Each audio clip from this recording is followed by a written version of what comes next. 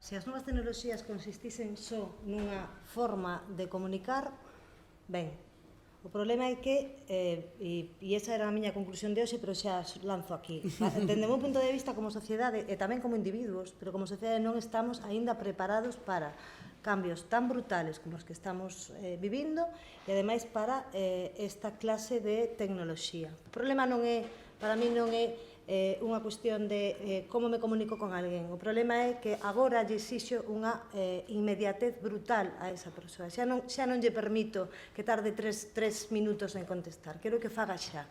E quero que faga xa, ademais, e que me reafirme, e falo diso como de outras redes, apps e demais, o que quero que reafirme a miña idea. E, ademais, o debate cando entra, porque é certo que, bueno, son xornalista e son, claro, unha xornalista tradicional, o ton e a maneira de dicir non vale con mayúsculas e minúsculas, o sea, o ton, a maneira de falar e demais, sempre todos entendemos, que vai ser moito máis sinxelo de entenderme cando estamos un diante do outro.